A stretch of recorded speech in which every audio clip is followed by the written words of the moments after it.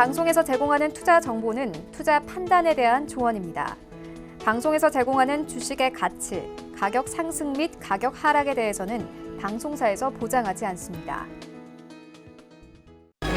이 시각 헤드라인 뉴스입니다. 오늘 밤 코로나19 극복을 위한 국제적 공조 방안을 모색하는 주요 20개국 특별 정상회의가 열립니다. 문재인 대통령은 한국의 대응 경험을 공유하며 경기 추락을 막기 위한 필수적인 교류의 필요성, 특히 기업인들의 입국 제한을 완화하는 안 등을 언급할 것으로 보입니다.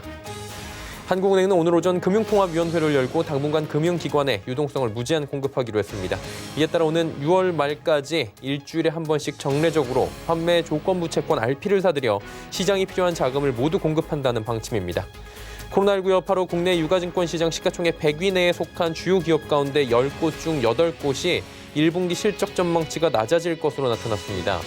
증권가에서는 기업에 대한 목표 주가와 투자 의견을 내려잡는 경우가 속출하고 있습니다. 국내 중소기업 10곳 중 4곳 이상이 코로나19 사태가 계속되면 3개월 이상 견디기 어려운 상황인 것으로 나타납니다. 중소기업중앙회는 지난 17일부터 20일까지 중소기업 400여 곳을 조사한 결과 42%가 3개월 이상, 70%가 6개월 이상 감내하기 어렵다고 답했습니다. 시청자 여러분 안녕하십니까. 오늘장 내일장 출발하도록 하겠습니다. 서정덕입니다. 일단 시장이 급등세를 가져갑니다. 특히나 코스닥 시장의 상승 흐름이 굉장히 좋은데요. 코스닥과 코스피가 조금 따로 움직이는 부분은 이해를 좀 해야 될 것 같습니다. 코스닥 쪽에 일단 시가총액 상위 종목들의 지금 주요 포진이 돼 있는 셀트리온 제약이나 시젠 이런 종목들이 상한가 혹은 급등이 나오고 있기 때문에 코스닥 전체의 분위기가 좋아지고 있고요. 진단시약 관련주들은 대다수가 또 코스닥에 포진이 돼 있습니다. 또 백신 관련주 들도 대다수가 코스닥에 포진이 돼 있고요. 그러다 보니 코스닥은 지금 지수 자체가 같이 급등하고 있는 모습이고요. 코스피 같은 경우에는 지금 1% 넘게 올라가고 있긴 한데 삼성전자가 약보합권 기록하고 있고 전체적으로 볼 때 이틀, 3일 동안에 지금 급등 이후에 숨고르기가 좀 나타나고 있는 모습도 포착이 되고 있습니다. 일단 전일 미국 증시 같은 경우에도 급등하다가 윗꼬리를 좀 다는 모습들이 보여졌는데 오늘 우리 시장은 어떤 모습으로 마무리를 할지 급등 흐름들을 쭉 이어갈지 하나하나 체크하도록 하겠습니다. 코스피부터 만나보도록 하죠. 자, 지수가 1721입니다. 1% 안팎의 지금 상승인데 코스피도 뭐 지금 마이너스에서 플러스로 올라온 뒤에 잘 달리고 있는 상황입니다. 다음 볼까요? 보시면 1729 장중 고점입니다. 현재 고점까지는 아니고 한 1720포인트 전후로 움직입니다. 다음 볼까요? 장중에 뭐 1700선도 살짝 무너지기도 했었는데 근데 수급이 사실 외국인들이 좀 돌아와줘야 한다라는 이야기는 지속적으로 나오고 있는데 외국인 오늘도 대량 매도가 나오고요. 그 부분을 지금 개인이 사고 있습니다. 기관도 매도긴 한데 연기금 쪽에서 매수가 살짝 들어오네요. 다음 보도록 하겠습니다. 삼성전자, 지금 SK하이닉스 모두 하락하고 있고 삼성바이오로직스 하락입니다. 네이버도 하락하고요. 시총 상위주들이 좀 혼조세를 보이다 보니까 이쪽은 좀 가기가 일단 좀 버거운 모습들이 보일 수밖에 없습니다. 1, 2, 3, 4, 5위의 시총 비중이 워낙 높습니다. 코스피는. 다음 보도록 하겠습니다. 예, 보시면 셀트리온 잘 달리고요. 현대차 오늘도 반등 나옵니다. 현대차 관련주들은 운송장비 업종, 완성차 관련주들은 그동안에 워낙 조정이 깊었습니다. 그러다 보니 깊은 조정만큼 다시 올라올 때도 꾸준하게 올라오는 모습들이 포착이 되고요. 다음 볼까요? 예, 현대모비스도 오늘 또 큰 폭의 상승이 나오고 금융주들 뭐 지금 매입 정부가 한다라고 한국판 양적 완화라고 보시면 됩니다. 3개월 정도 동안 지금 채권들 지금 매입한다라는 소식들이 들어와 있어요. 그러다 보니까 일단은 급한 불 끌 수 있겠다. 이런 부분도 분명히 들어오고 있는 상황입니다. 어제 오늘 장에서는 사실 한 3일 전부터 많이 내렸던 금융, 보험주, 그리고 증권주들의 큰 폭의 상승이 함께 수반이 되고 있는 상황입니다. 다음 볼까요? 코스닥 530입니다. 많이 올라가네요. 4.84%. 다음 보도록 하겠습니다. 올라가는데 지금 뭐 보시면 거의 거침없이 시원시원하게 가는 모습들이 포착이 됩니다. 아무래도 진단시약 관련된 종목들이 오늘도 무더기 상한가 나오고 있고요. 백신 관련주들인데 수급을 좀 보셔야 될 것 같습니다. 이것도 마찬가지로. 수급은 개인만 사고요. 개인들이 물량 받으면서 그냥 끌어올리고 있는 상황입니다. 자, 그렇다면 다음 좀 보도록 하겠습니다. 셀트리온 헬스케어부터 CJ E&M까지 전 종목 올라가는데 보시면 시젠 오늘도 상한가입니다.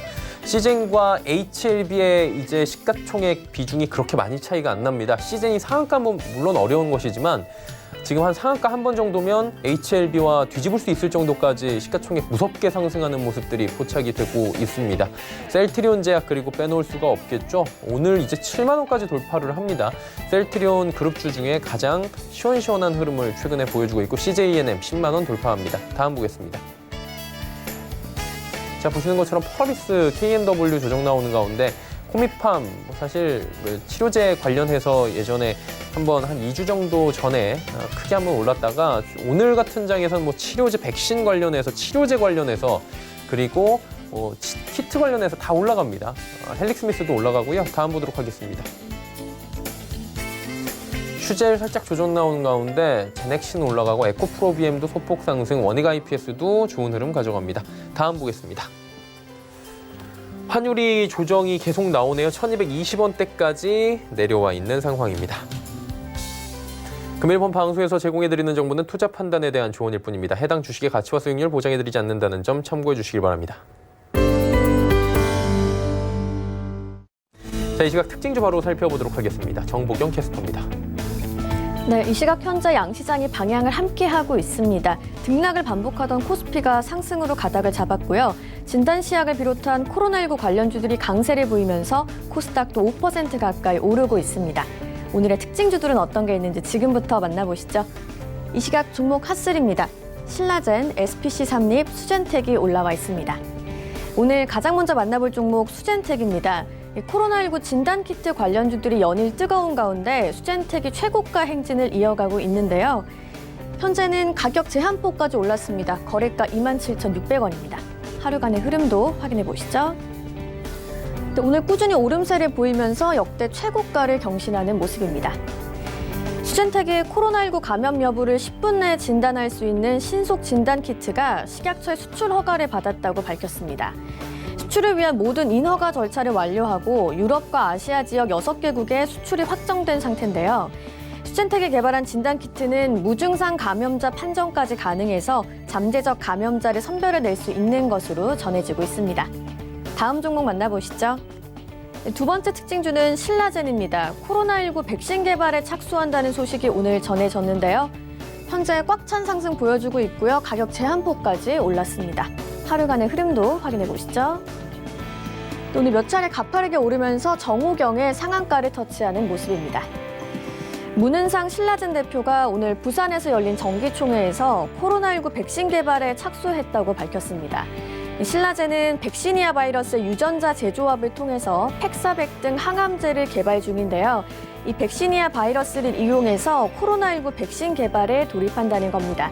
오늘 이 같은 소식이 전해지면서 신라젠이 시장의 주목을 받았습니다.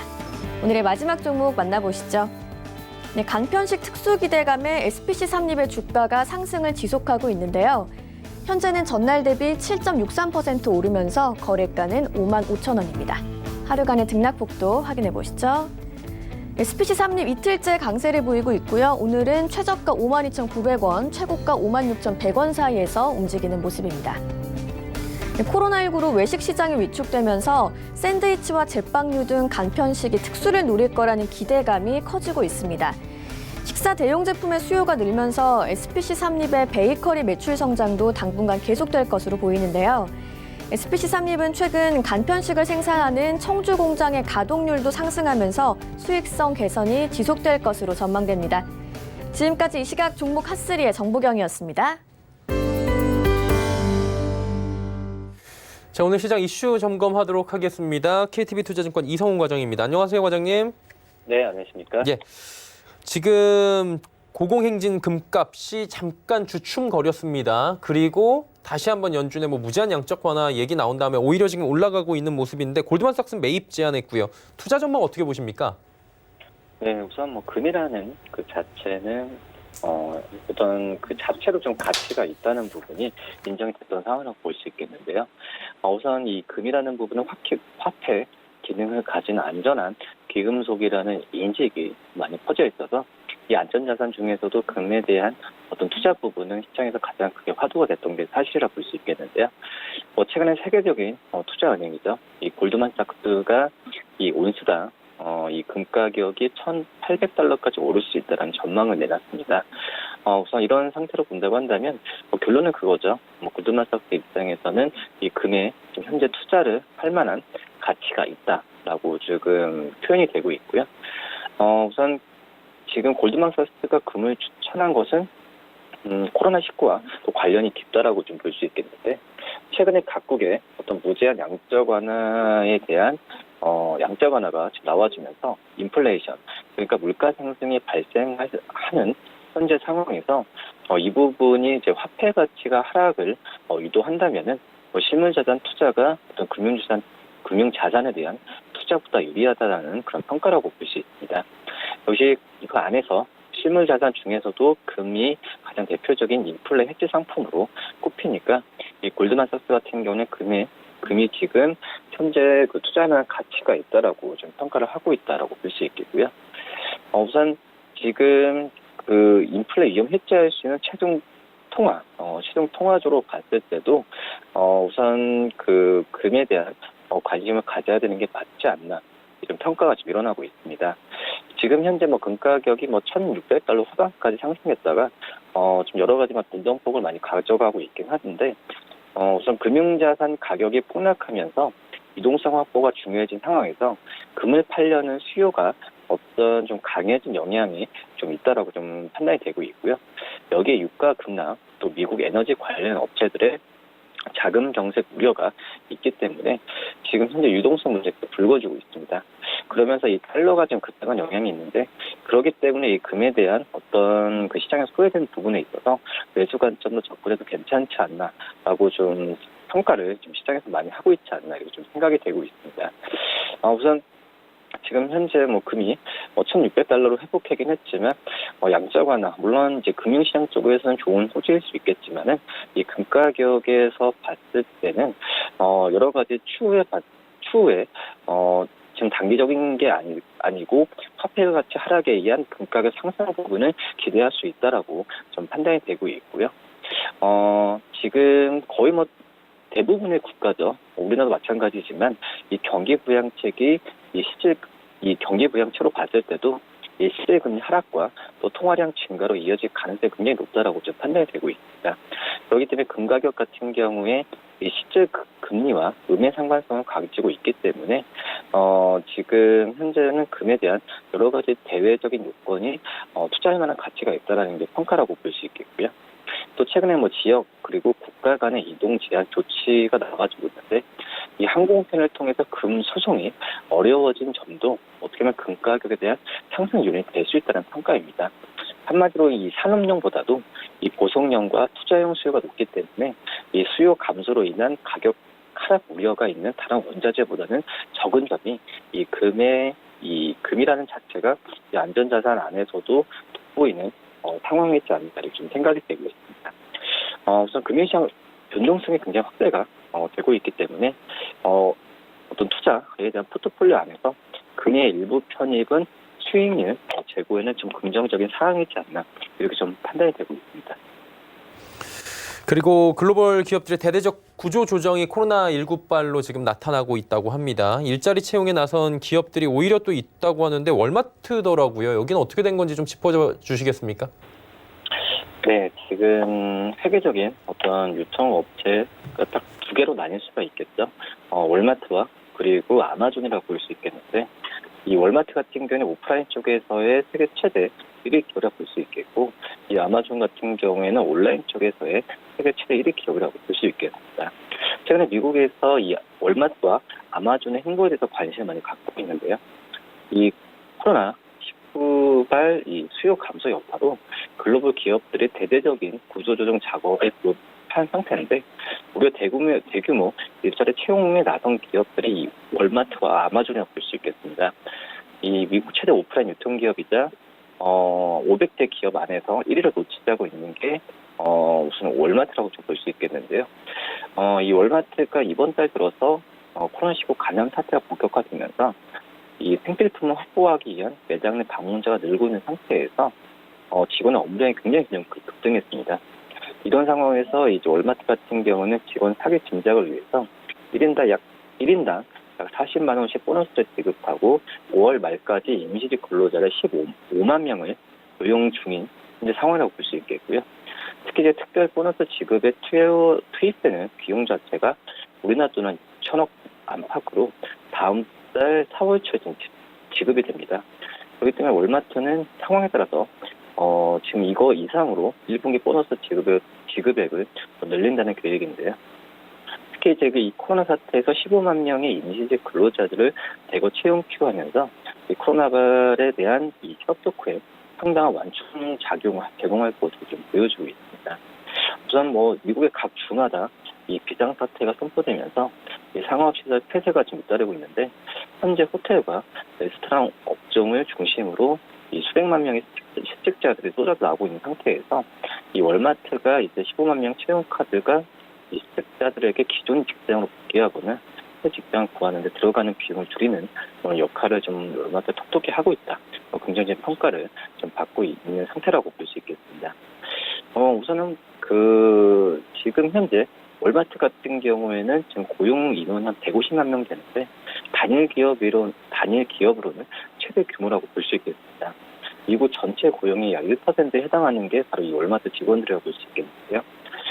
그런 점에서 봤을 때는 이제 월마트가 이제 구매력이나 저가 판매 같은 이런 부분에 있어서 지금 시장에서는 약간 좀 그 소매 생태계를 무너뜨린다 평가도 있긴 하지만 하지만 근로자들 수를 늘리고 이 미국의 어떤 실업률을 떨어뜨린다는 점에서는 미국 안에서는 좀 굉장히 평가를 받는 이제 상황이라고 좀 볼 수 있겠습니다. 반면에 이제 이 아마존은 또 이제 최근에 10만 명 채용을 얘기했지만 이런 거에 대해서 이제 평가는 좀 월마트에 비해서 떨어진다라고 볼 수 있겠는데요. 최근에 급증하는 온라인 배송 수요에 대한 대응하기 위한 부분으로 투표를 하고 있기 때문에 이 아마존의 이 채용에 대한 부분은 월마트와 성격이 좀 다르다라고 좀 평가를 미국 쪽에서 하고 있다라고 볼 수 있겠고요. 특히 이제 추수감사절과 블랙 프라이데이로 이어지는 연말 쇼핑시즌 대비해서 작년 가을에 미리 10만 명 안팎의 임시직을 채용이 왔습니다.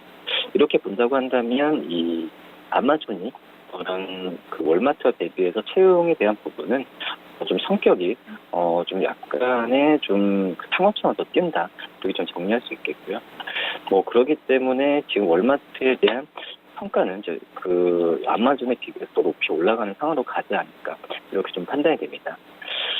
이제 월마트와 아마존을 얘기했는데 우리나라 유통업체들 같은 경우에도 좀 주가가 굉장히 안 좋습니다. 하지만은 역시 오프라인 쪽에서의 온라인 쪽에서의 많이 차이가 나는데 특히 이제 온라인과 오프라인 쪽에서 위치를 차지하고 있는 이마트 같은 경우에는 오히려 좀 주주가치 측면에서는 긍정적인 평가를 많이 받고 있고요. 당초에 이제 마곡 스타필드 건설을 위해서 2,340억 원을 주고 해당을 매입한 게 있는데 매각을 통해서 이제 3천억 규모의 매각 처분 이익이 발생한다는 점에서 이마트의 어떤 재무구조, 주주가치 측면에서는 긍정적인 영향을 받고 있고, 이마트도 이 아마존과 마찬가지로 이 오프라인 매장의 영업 환경이 가장 어려워진 상황에서 우리에게 투자를 감행하지 않았습니다. 그런 점에서 이제 이마트에 대한 재무 건전성을 좀 시장에서는 긍정적으로 평가하지 않나 이렇게 좀 판단이 되고 있고요. 이 반면에 이제 롯데하이마트죠. 롯데하이마트도 유통업체 안에서는 대표적인 종목이라고 볼 수 있겠는데 이마트와 틀리게는 증권사에서의 시각이 좀 약간의 좀 부정적으로 가고 있다라고 볼 수 있겠습니다. 그렇기 때문에 이 유통업체 안에서도 투자를 한다면 이마트 쪽으로 좀 보는 게 낫지 않을까 이런 판단이 들면서 이 유통업체 안에서는 좀 긍정적인 좀 종목을 선별하는 전략이 필요하지 않나 이렇게 판단됩니다. 예. KTB 투자증권 이성훈 과장과 함께했고요. 오늘 말씀 여기까지 듣겠습니다. 고맙습니다. 네, 감사합니다. 네, 이제 이슈 칼럼 바로 이어가도록 하겠습니다.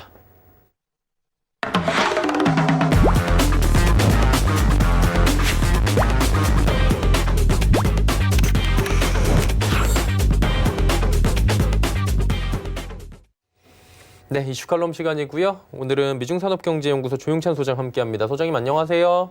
예, 안녕하십니까. 미국 쪽에서 코로나19 감염자 수가 굉장히 빠르게 증가하고 있다라는 소식들이 계속해서 들려오고 있습니다. 그리고 2조 달러 규모의 경기 부양책 합의했다라는 소식이 나오고 있는데 하원 통과가 어느 정도에 가능할지 지금 이제 관건인 것 같고요. 이 부분으로 경기 회복이 좀 가능할까? 이 부분에 대한 궁금증도 도는데 어떻게 보십니까?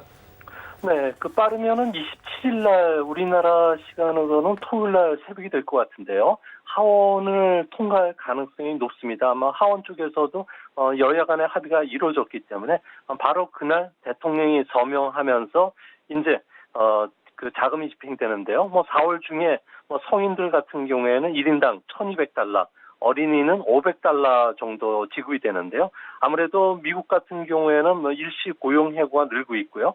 휴직에 따른 소득 감소가 좀 충격적이기 때문에 상쇄하는 차원에서 진행이 되는 겁니다. 또한 직격탄을 맞는 기업을 지원해주기 위해서 8,500억 달러의 대규모 자금이 집행이 되는데요. 아무래도 도산이나 실업 방지를 해준다면은 미국 경제가 정상 궤도에서 이탈하지 않는 범위 안에서는 V자형 경기 회복도 도움이 될 수가 있기 때문에 그렇습니다. 미국 같은 경우에는 부활절 4월 12일 이전까지 경제 활동을 재개하겠다는 게 트럼프 대통령의 희망인데요. 이런 낙관적인 시나리오대로 흐른다면은 JP 모건 체이스가 이야기했던 대로 3분기 성장률은 플러스 8%, 4분기는 4% 성장 쪽으로 이제 정상 궤도로 들어오지 않을까 보여집니다. 미국 같은 경우에는 실업자의 큰 폭 증가는 앞으로 피할 수는 없을 것입니다. 정책 총동원령 속에서 기업 도산을 최소화할 수 있는 범위 안에서 미국 정부가 여러 가지 경기 부양책도 앞으로 꾸준히 내놓는다는 점에서는 아무래도 2008년 9월달 금융위기 때 미국의 대규모 자금 공급에 힘입어서 2009년 7월달부터 주요국 경기가 V자형 회복을 찾아왔다는 점에서 우리나라도 시차를 두고서 경기 회복에 큰 도움이 되지 않을까 보여집니다. 그리고 연준은 양적 완화 규모를 7천억 달러 규모에서 무제한으로 지금 변경을 하는 상황입니다. 한마디로 제한 없이 다 사겠다라는 건데 이유가 있겠죠? 아무래도 지금 미국의 여러 가지 경제 지표들을 최신 동향을 보면요. 90년 전 대공황 직전하고 너무 흡사한 사항입니다. 지금의 신용 경색을 막지 못한다면은 기업 도산 도미노 현상이 계속 일어나고요. 부동산 버블뿐만 아니라 금융기관 파산이라는 돌이킬 수 없는 패닉 상태에 빠져들 수가 있는 상황입니다. 이 때문에 미 연준이 15일 날 발표했던 1차 양적 완화 재개 정책 같은 경우는 턱없이 부족하다는 거죠. 특히 이 이후에도 계속적으로 민간 금융기관들 또 환매 요구에 시달렸던 뮤추얼 펀드 같은 경우에는 자금난에 계속 몰리고 있었고요. 이 때문에 주식뿐만 아니라 국채, CP, MBS 같은 경우도 계속 매각해 놓지 않으면 안 된다는 상황까지 몰렸다는 겁니다. 현금을 쌓아놓지 않으면 누구도 파산 위기에서 벗어날 수가 없다는 건데요. 월가에서는 강한 자가 살아남는 게 아니라 살아남은 자가 강하다는 법칙이 있기 때문에 여기에 충실했다는 측면에서 금융기관들 그리고 펀드 운용사를 나무라기는 너무 좀 성급한 판단이 아닌가 이렇게 보여집니다. 그리고 지금 달러를 무제한으로 공급하겠다라고 이야기를 하는데도 불구하고 신용경색 우려는 계속 나오고 있는 것 같습니다. 이 부분도 이유가 있나요? 아무래도 지금 미국 경제, 특히 금융 시스템 같은 경우에는 돈이 많은 고유럽 증세, 동맥 경화까지 앓고 있는 아주 중증 상황인데요. 아무래도 FRB가 지적한 대로 2019년 말에 작년이었죠. 미국 기업 부채가 65조 달러, 천문학적인 수치입니다. 미국 GDP의 3배 정도가 넘는 수치인데요. 2008년 금융위기 당시 33조 달러와 비교해보면 2배 정도 늘었습니다.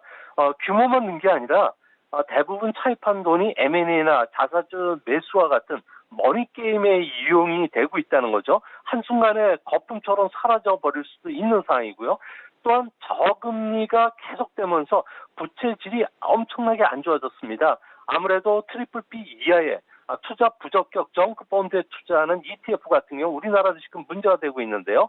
이게 지금 많이 있고요. 대출 담보부 증권이라고 해서 이런 레버리지 론 자체 상품들이 파생 상품들이 전 세계에 많이 풀렸다는 겁니다. 이는 그 부채 담보부증권이라고 하는 그 리먼 그 브러더스 쇼크를 일으켰던 서브프라임을 촉발시켰던 CDO하고 매우 유사한데 이것보다 더 악질적이라는 것은 레버리지 규모가 최소 10배 이상이 된다는 겁니다. 10배 이상이라는 것은 기초 자산 대비 이런 건데요. 이렇게 눈덩이처럼 계속 늘어나다 보니까 실질적으로 레버리지 론에 들어갔던 미국의 그 실 오일 같은 경우는 5%지만 실제 이 실 5%를 드러내기 위해서는 자산의 50%가 날아가기 때문에 그야말로 ETF라든지 CLO 같은 경우에는 구조조정하면은 거의 남는 게 없는 상품이 된다는 겁니다. 문제는 이런 위험성을 전혀 설명하지 않았다는 거예요. 그래서 개인 투자가 기업연금, 생명보험이 지금 놀랬고요.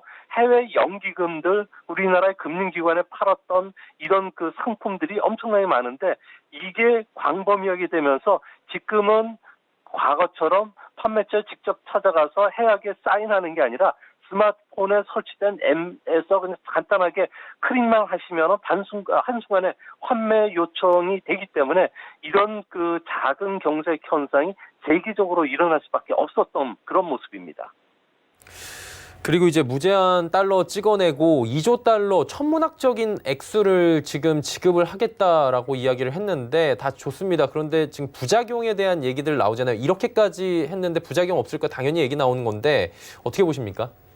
네, 백약이 무효인 상황입니다. 마지막으로 쓸 수 있는 카드는 대량으로 자금을 공급하는 처방전밖에 없다는 겁니다. 이 때문에 헬기머니죠. 국가 채무를 늘리지 않고 돈의 양을 찍어낼 수 있는 이런 정책을 쓰는데 이 정책을 쓸 수 있는 나라는 전 세계에서 유일하게 기축통화국가인 미국만이 쓸 수 있다는 겁니다. 이 정책은 위험성이 아주 높은데요. 스스로 탈옥기를 끊고 배수진을 치는 옥새 정책과 같은 상황입니다. 돈의 양이 늘어나면은 나중에 물가 상승에 제동이 걸리지 않는 하이퍼 인플레이션이 찾아올 수 있습니다. 무려 4조 5천억 달러 정도를 푼다고 하니까 여기에 통화 승수까지 합치면은 엄청난 물가 상승 압력이 들어오게 되는데요. 윤정기에서 화폐를 계속 찍어내준다면 결국 달러의 그 신용도도 훼손될 수밖에 없는 상황입니다. 미국 같은 경우에는 연방 정부의 재정 적자가 1조 달러인데 2020년에는 2조 달러가 훌쩍 넘어가게 된다는 거죠. 이렇게 되면은 40년짜리 국채 발행이 아니라 앞으로 50년짜리 국채 발행을 해야 되는데요. 이렇게 되면은 미래 재정 여력이 축소가 되기 때문에 미국인들 같은 경우는 점점 생활이 어려워졌다는 겁니다. 미국인들은 지금 좋아하죠. 주식시장이 올라가고 금융시장이 경색이 해소되니까 이런 정책들은 아무래도 몰핀 투입 효과 정도밖에 안 된다는 겁니다. 예전에도 제가 말씀드렸듯이 설탕물을 많이 먹으면 몸이 좀 가뿐해지는 이런 명현현상을 그대로 보여준다는 건데요. 이렇게 되면 앞으로 높은 인플레이션, 경기 침체라는 스태그플레이션이 뒤에 대기하고 있는데도 당장 몸이 좋아지니까 경기가 좋아지는 것처럼 느끼게 된다는 겁니다. 이제 앞으로 FRB가 돈 풀기를 멈췄을 경우에는 주식, 채권 매도가 그치는 게 아니라 달러 매도가 시작되는 2탄, 3탄 경제 충격이 일어날 가능성이 크다는 점에서 우리 증시도 지금 반등을 했지만 지금 상황을 마냥 즐기고 손 놓고 계속 주식을 살 수는 없는 상황인 것으로 보여집니다. 미국 내에서 펀드 환매 사태가 진정되지 않을 때 지금 발생할 수 있는 시나리오 나오더라고요. 어떤 사태가 구체적으로 일어납니까? 네, 전 세계 투자가들이 이제 한꺼번에 ETF나 CLO 같은 파생 금융 상품과 관련해서 매도 신청을 계속 한다면은 아무래도 여기와 관련된 그 기초 자산이죠. 회사채라든지 레버리지 좀 그리고 국채 투매 현상들은 계속 일어나게 되는데요. 이런 현상이 해소가 되지 않는다면은 운용회사들 같은 경우에는 파산에 그치지 않을 것으로 보여지고요. 또한 CP나 ETF, CLO 같이 들어가는 모든 구조화된 그 파생 금융 상품이 일순간에 부실화될 가능성이 큽니다. 부실 채권이 된다는 거죠. 예를 들어 보면요. 도축장에 들어간 100마리 돼지 가운데 지금 돼지 콜렐라 구제역이 걸린 한 마리가 끼어 있었다는 겁니다. 뒤늦게 이런 사실이 언론을 통해서 보도가 되는 상황하고 지금 금융시장이 매우 흡사한데요. 정육점, 일반 식당, 소시지 원료, 돈가스, 스팸, 햄버거 패티로 다 팔려나간 뒤입니다. 일을 수거하려면은 돼지고기 하나만 가지고도 사회적 혼란, 엄청난 수습 비용이 들어가는데 미국의 이런 그 금융 시스템에 이런 그 부실채권 문제가 숨어져 있다고 이야기한다면은 그야말로 전 세계 같은 경우에는 자산 버블 붕괴, 금융기관 파산, 세계 자금 흐름의 동맥경화, 그리고 대공황이라는 회색 코뿔소가 출현할 수 있는 최악의 상황이 갖춰졌다는 겁니다. 이 때문에 우리 같은 경우에도 이런 문제와 관련해서 지금 현재 경제와 관련해서 긴급하게 몇 박이 뜰 수 있도록 심장 마사지를 해줬는데요. 이제 앞으로 남은 사항은 이제 환자를 살려냈으니까 핀셋으로 뭐 총알이라든지 뭐 그 흔적 같은 거를 뽑아내고 꼬매야 되는 아주 험난한 구조조정이 남아있다는 겁니다. 지금 미국 연방은행 신용경색싹을 제거하지 못하고 있는 상황인 것 같아요. 얘기 들어보니까 경기 부양책도 그렇다면 큰 효과를 못 거둘 수도 있다. 이런 얘기가 당연히 나올 수밖에 없는데 이 부분은 어떻게 보십니까? 네, 중앙은행 같은 경우에도 지금 우리나라 하나나와 똑같은데요. 미국 중앙은행 같은 경우는 뭐 고용이나 물가 안정이지만 이 문제는 그 예전의 이야기들입니다. 지금같이 파생 금융 상품들이 전 세계에 유동이 되고요. 달러 기축 통화 하에서는 전 세계가 같이 움직일 수밖에 없기 때문에 중앙은행은 금융기관들 그리고 회사들이 제대로 작동할 수 있도록 최후의 대출 기능 역할을 해줘야 된다는 겁니다. 하는 법도 이 때문에 2008년도에 다 수정했던 사항인데요. 이 때문에 앞으로 금융시장을 통한 대출 자금 공급, 그러니까 한국은행도 마이너스 통장 기능을 해줘야 된다는 게 지금 현대 그 통화론의 지상 명제가 되고 있습니다. 미국 같은 경우는 뉴욕 연방은행이 최후 대출 기능을 맡으면서 국채를 담보로 해서 단기 자금을 꿔주는 리포트 시장에서 매일 1,000억 달러의 자금을 쏟아내는 것도 이런 그 중앙은행의 사명이 바뀌었기 때문에 그런 거고요. 이 때문에 우리나라도 회사채와 관련해서 그 자금 지원을 할 수 없다는 예전의 문구를 가지고 지금 지원해 줄 게 아니라 새로운 기능이 그 첨가가 됐으니까 이 문제와 관련해서 우리도 명확하게 시장에 개입을 해줘야지 앞으로 금융거래 위축, 대출 회수라는 돈의 흐름의 역회전을 막는데 가장 결정적인 역할을 해줘야 된다는 겁니다. 이 때문에 FRB 같은 경우에는 2008년도 리먼 쇼크 때 비싼 수업료를 냈죠. 위기 대처를 경험을 했고요. 정교한 금융기법도 지금까지 가다듬었고요. 다양한 자금 공급 수단을 확보하기 위해서 시장에 직접적으로 몰핀을 주입하고 거기에 또 필요하면은 소독제를 몸 안에는 강제적으로 집어넣으면서 사람이 살 수 있게끔 만드는 환경이 지금 들어가고 있는데요. 뭐 지금처럼 현금이 전부라는 패닉 심리가 한국에서도 계속 일어난다면은 미국식의 이런 그 다양한 수업료를 냈던 거를 경험을 살려서 우리도 시장에 직접적으로 개입해 줘야지만 시장이 다시 2천선까지 올라갈 수 있는 하나의 그 모멘텀이 될 가능성이 큽니다. 이걸 안 해준다면은 현재 상황에서 변동성만 커지는 이런 상황이 될 것으로 보여집니다. 그 말씀 정리하자면 미국이 경기 침체로 지금 가고 있고요. 경기 부양을 위한 총동원령을 내리는데도 불구하고 지금 효과가 제한적이다. 그래서 전 세계로 이런 금융 위기가 좀 전이될 확률도 지금 존재를 한다. 이렇게 이해가 되는데 맞나요? 네, 맞습니다. 뭐 현재 상황은 이런 상황의 일부 직전까지 들어갔기 때문에요. 앞으로 기업이나 금융기관들과 관련해서 현금 확보에 상당히 노력을 해줘야 되고요. 특히 지금 미국에서는 공유 사무실 대기업인 위워크 같은 경우에는 회사채 수익률이 2018년 4월 발행 당시에 연 7.8%였는데요. 이번 주에 무려 36%까지 뛰어올랐습니다. 채권 가격으로 환산하면 60% 이상이 가격이 폭락했다는 겁니다. 근데 대부분의 회사채 매수자들이 실종된 상태고요. 팔고 싶어도 팔리지 않는 유동성 부족 현상에 시달리고 있는데요. 앞으로 이런 현상들이 한국에서도 일어날 수가 있기 때문에 특히 국제투자은행들뿐만 아니라 신용평가 기관들 같은 경우는 한국 기업들에 대해서 신용등급을 떨어뜨리게 되는데요. 이렇게 되면은 투기 등급으로 떨어지는 기업들 같은 경우는 회사채를 팔 수도 없고 누가 사주지 않는 이런 상황까지 몰린다면은 우리나라 고용 문제 또 수요 창출 문제에도 큰 악영향을 줄 수가 있기 때문에 한국 정부가 빨리 이 문제와 관련해서 좀 더 거시적이고 근본적인 치료 대책을 마련해야 된다고 생각이 됩니다. 지금 미국 신용경색 현상이 발생을 하는 건데 알면서 이거 못 막은 겁니까? 네, 지금 미국 같은 경우에도 뭐 레버리지 논과 관련해서는 작년부터 계속 그 단기 금융시장의 이상 변동 현상이 일어나면서 이거와 관련해서 수정하라는 이야기들이 그 경제학자들 사이에서 계속 나왔고요. 특히 단기 자금을 조달해서 모기지 채권과 같은 장기 채권을 사는 방식은 자금의 미스매치 문제 때문에 상당히 큰 위험이 있는데 이 부분을 헤지 펀드들 같은 경우에는 아무래도 파생 금융 상품을 통해서 수익을 극대화시킬 수가 있기 때문에 이런 그 규정과 관련해 자기들이 영업과 관련해서 억압을 시켜주는 볼크룰 같은 경우에도 없애라고 계속 요구를 했던 겁니다. 이때 미국 행정부 월가 FRB 같은 경우는 10년 넘게 장기 경기 화랑에 지금 들어가 있는 상태고요. 또 연일 주가는 사상 최고치죠. 자신들이 보고 싶어 하던 골디락스 경제 지표는 계속 좋아지는데 실질적으로 안에서 보는 그 미국의 금융 시스템은 골마 있었다는 겁니다. 특히 레버리지 같은 경우는 10배 자기 자본 조달의 이상 자금을 그 운용을 해왔기 때문에 지금 당장 버블이 터져도 전혀 이상하지 않는 상태라는 겁니다. 뭐 결국 이번 금융 위기 자체는 미국이 스스로 만들어낸 도덕적 해이가 부른 인재라는 측면에서 미국이 비난을 받을 수밖에 없는 그런 상황입니다.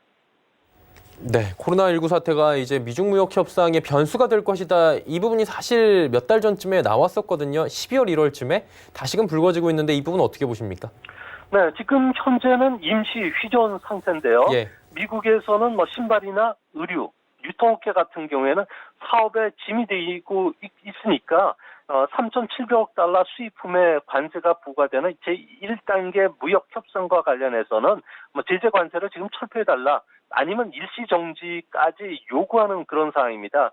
하지만 미국 정부, 특히 트럼프 같은 경우는 강경 자세를 계속 유지를 하고 있는데요. 중국을 2단계 협상 회담 테이블로 끌어올리기 위해서는 이런 자세가 필요하다. 특히 패권 전쟁이라는 30년의 전쟁을 앞으로 치르게 되는데 첫 전투에서 중국에 밀릴 수는 없다는 그 강박관념 때문에 그런 것으로 보여집니다. 뭐 트럼프 같은 경우에는 대중국 관세가 기업 활동에 뒷받침하기 위해서라고 지금까지 발표해 왔는데요. 이 때문에 미국 경기가 조금 더 악화된다면은 관세 해제를 조건으로 해서 제2단계 협의를 조기에 시작할 가능성은 좀 있지 않을까 이렇게 보여집니다. 예, 미국 쪽 경제 이야기 그리고 미중 무역 협상 오랜만에 얘기 들어봤고요. 오늘 말씀은 여기까지 듣도록 하겠습니다. 고맙습니다. 예, 감사합니다. 미중산업경제연구소 조용찬 소장과 함께했고요. 종목 이야기 바로 출발합니다.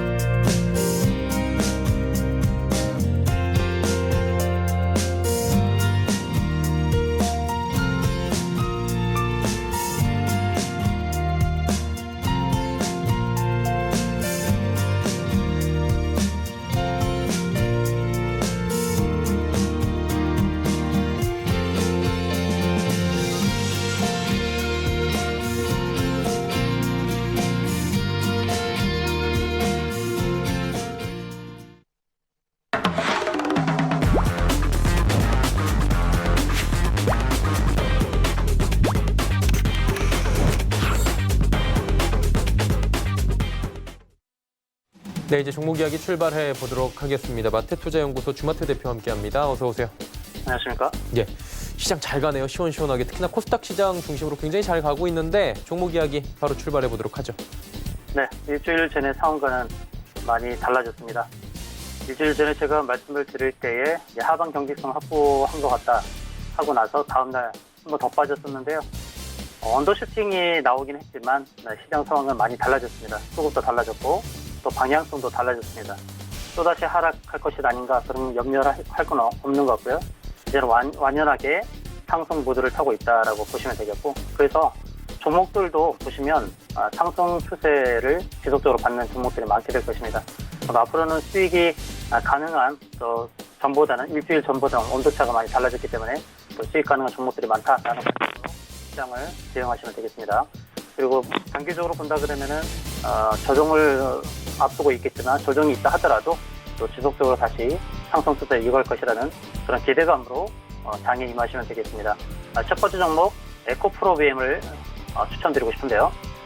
네, 동사는 2차 전지 회사인 에코프로의 2차 소재 사업 부문이 물적 분할되어 신설된 기업입니다.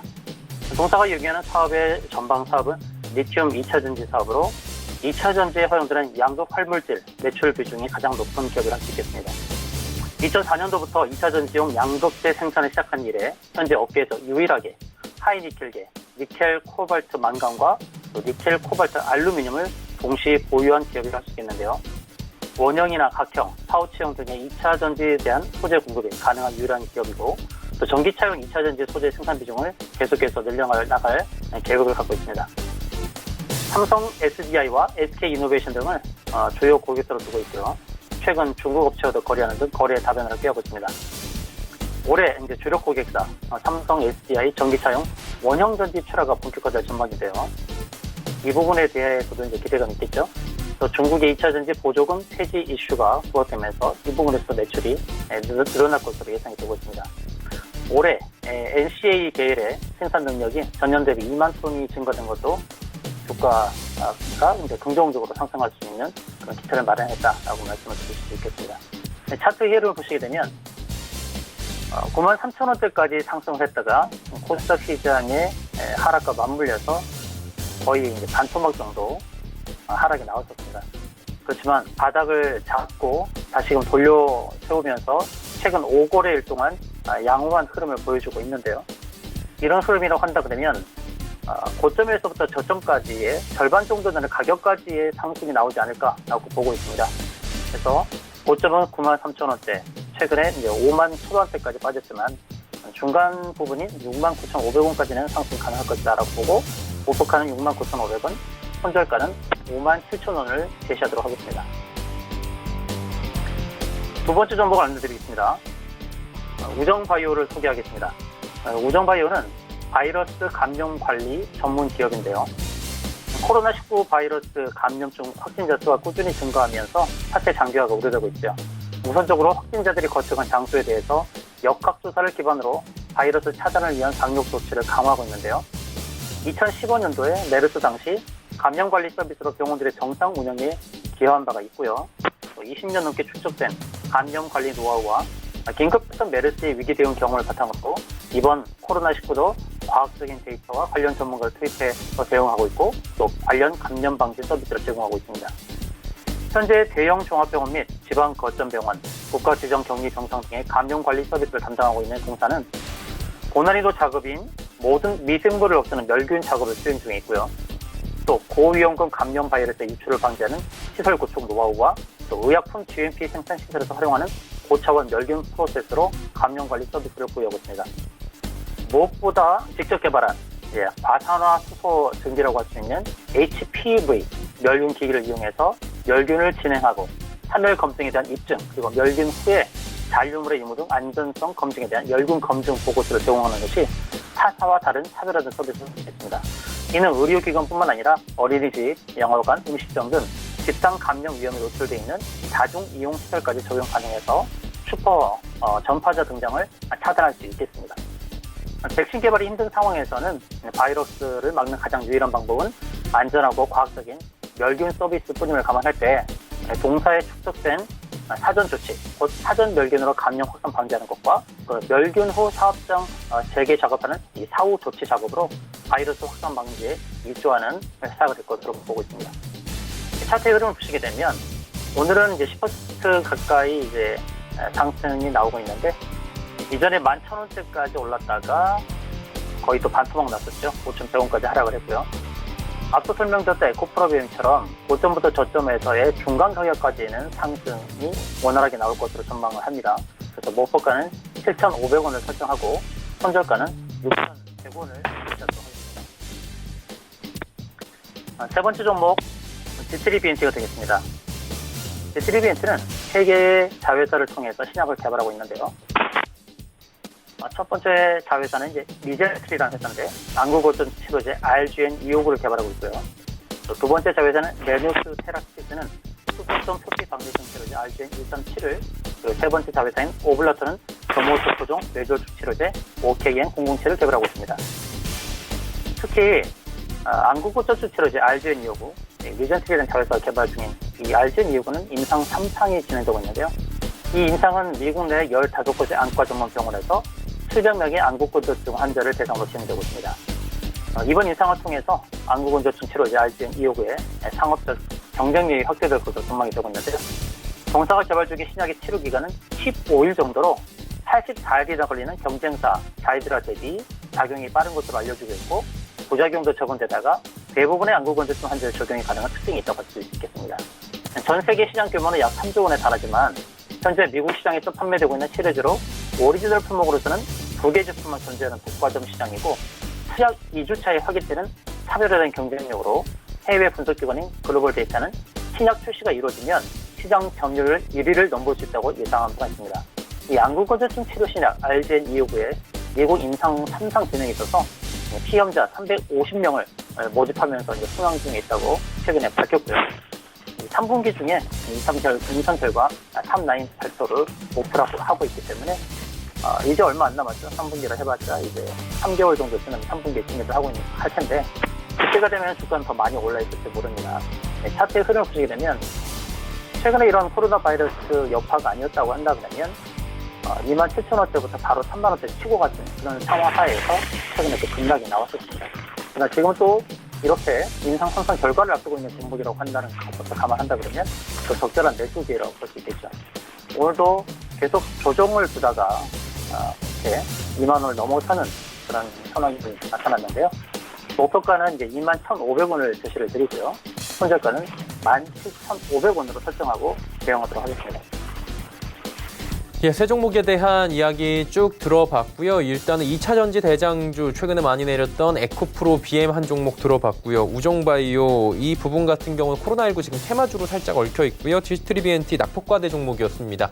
자, 그리고 지난주에 저희가 컴퍼니 K 단기 접근했는데 결과 어땠습니까?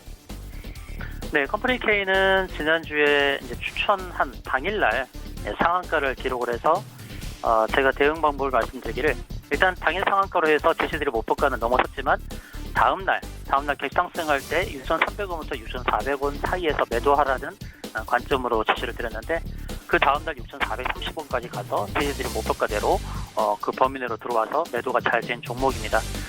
그 이후로 다시 또 바닥에 또 접근해서 또 더 추가 안내드렸던 가격대에서 빠졌지만 오히려 매수에 또 매수할 수 있는 접근 기회가 되지 않았나, 이렇게 말씀드리겠습니다. 컴퍼니 K가 갖고 있는 이제 재료는 이제 여러 회사 투자를 하는데 가장 크게 부각될 수 있는 재료는 이제 기생충에 투자한 부분입니다. 최근에 코로나 바이러스로 인해서 이제 기생충이 전 세계에 확산되면서 이렇게 방역이 될 수 있는 기회였는데 지금 주춤거리고 있죠. 그러나 전 세계에서 바라보는 이 한국 영화 기생충에 대한 기대감이 있기 때문에 바로 이 부분에서 투자 수익을 기대해 볼 수 있겠다라는 말씀드리겠고요. 지금 4,500원대는 적절한 매수 기회다라는 것을 말씀드리겠습니다. 1차적으로 목표가는 달성해서 잘 익절하고 나왔다 하더라도 다시 4,500원대에 재매수를 해서 이제는 7,000원까지 목표가를 바라보고 대응할 수 있다라고 말씀드리겠습니다. 네, 컴퍼니 K 듣고 왔고요. 오늘은 어떤 종목 단기적으로 볼까요? 단기적으로 바라볼 수 있는 종목 이제 우정바이오를 추천드리겠습니다. 예. 이 코로나 바이러스 관련해서 임상도 진행되어 있고 치료약 개발에 대한 기대가 있지만, 그러나 이 코로나 바이러스 이런 정확한 치료약이 개발되기 전에는 가장 좋은 방지책은 감염 관리 서비스로 할 수 있겠습니다. 지금도 우정바이오 지금 이 회사는 다른 회사 다르게 굉장히 바쁘게 돌아가고 있고요. 또 일감이 너무 많다라는 그런 정보가 들리고 있습니다. 그런 관점에서 본다 그러면 단기적으로 제가 아까 말씀드렸던 7,500원대의 목표가는 달성 가능하리라 보고 단기적으로 우정바이오를 추천드리도록 하겠습니다. 네, 알겠습니다. 오늘 말씀 여기까지 듣도록 하겠습니다. 고맙습니다. 네, 고맙습니다. 네, 주마태 대표와 이야기 나눠봤고요. 내일의 종목 330 이어집니다.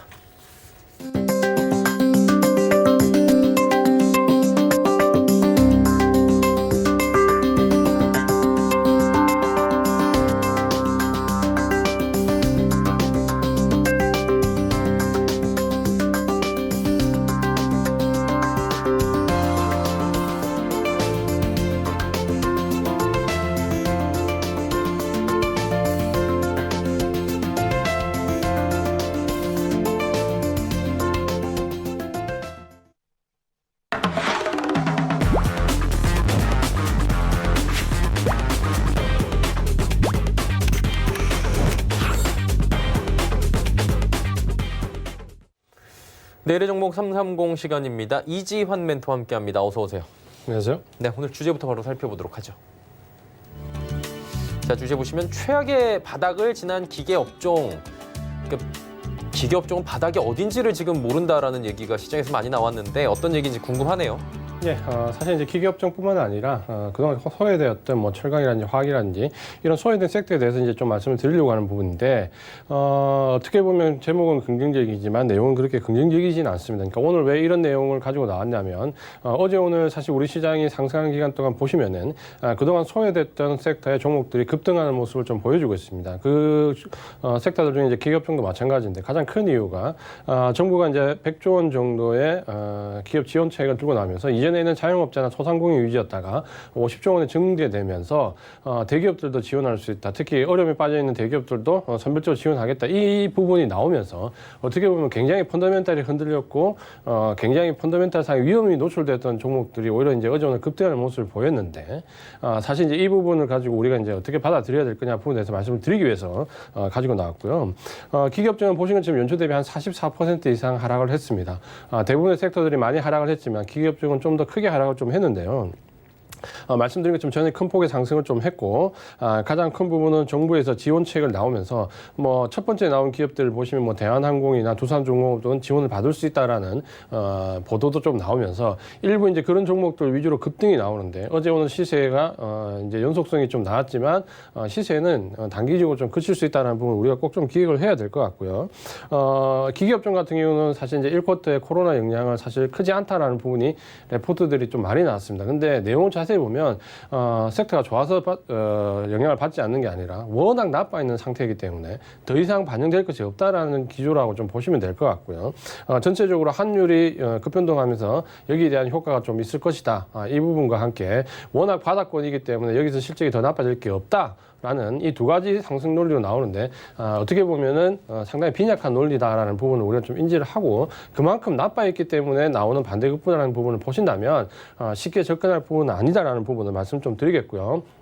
특히 이제 어제 오늘 급등하는 종목들, 기계 종목들 내에서 보면 특히 하나 에어로스페이스 같은 방위 산업과 관련된 부분, 플랜트 기자재나 혹은 특히 전력기계 관련된 종목들, 요 세 군데 정도가 굉장히 큰 폭으로 올랐는데 기계 섹터 내에서는 어느 정도는 선방할 수 있는 종목이긴 하지만 다른 섹터와 비교하면 여전히 펀더멘탈이 어렵다라는 부분을 말씀을 좀 드리겠습니다. 예.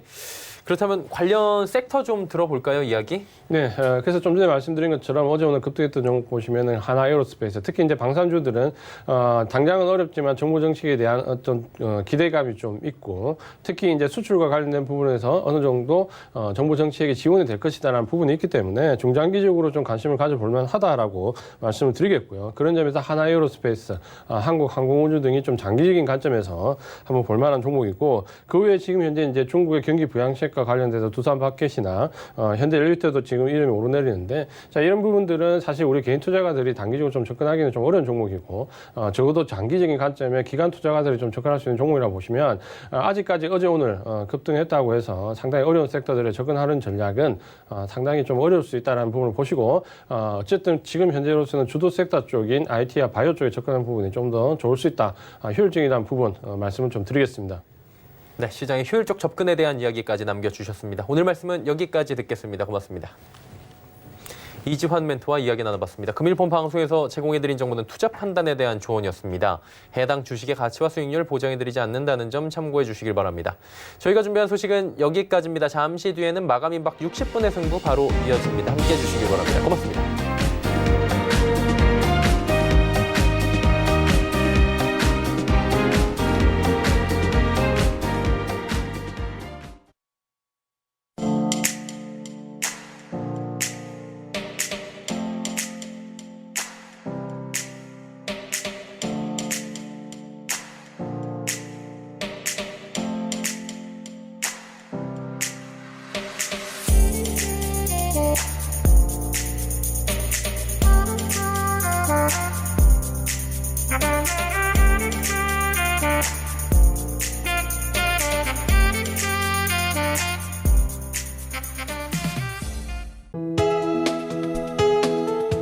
방송에서 제공하는 투자 정보는 투자 판단에 대한 조언입니다. 방송에서 제공하는 주식의 가치, 가격 상승 및 가격 하락에 대해서는 방송사에서 보장하지 않습니다.